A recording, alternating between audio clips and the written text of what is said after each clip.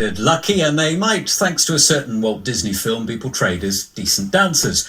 But in 2019, the life of a chimney sweep is a far cry from the traditional image of a soot-stained man. According to the Guild of Master Chimney Sweeps, the number of women applying for training is on the rise, and they now make up around 4% of the total membership.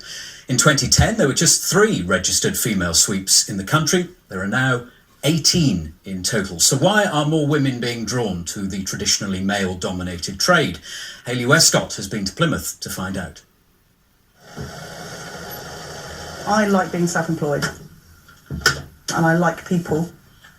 I get to meet lots of different people every day. Emily Warbour has been sweeping chimneys for the last 3 years. She switched from a career in youth work to a new challenge in an old industry. I do like the tradition side of it. I like the fact that it's quite quirky. There is definitely a novelty factor.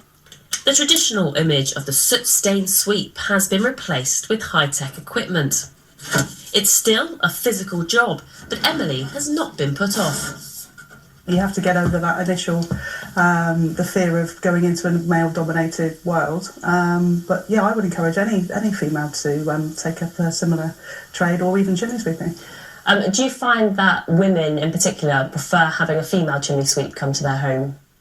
Yes, well, I've certainly never had any bad feedback, and most people are quite intrigued how I got into it. There's a novelty aspect to it. I think women generally in trades is quite unusual, so certainly a chimney sweep is a good conversation starter.